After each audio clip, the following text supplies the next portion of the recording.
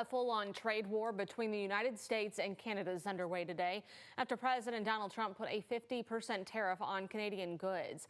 Now, Canadian Prime Minister Mark Carney promised to match the tariffs dollar for dollar starting on September 8th. ABC's Olivia Rubin has more on how this could affect you.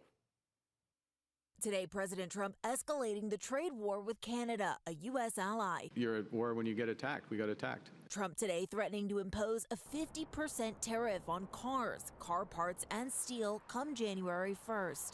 This would be on top of the 50% tariffs taking effect over the weekend, hitting $20 billion worth of goods, including alcohol, furniture, and hockey sticks. In response, Canada vowing to retaliate with its own 50% tariff on U.S. goods starting September 8th, everything from steel to dairy to clothing. U.S. Trade Representative Jamieson Greer today downplaying the impacts. This is something where we don't actually expect a huge impact. But Republican Senator Susan Collins of Maine, up for re-election in just weeks, distancing herself from Trump's tariff policy, saying this over the weekend to News Center Maine. I still think imposing new tariffs on Canada is a mistake. And with the midterms just 75 days away, voters focused on affordability. President Trump saying he's easing tariffs on imported ground beef for the next 90 days. But a number of Republicans publicly breaking from the administration.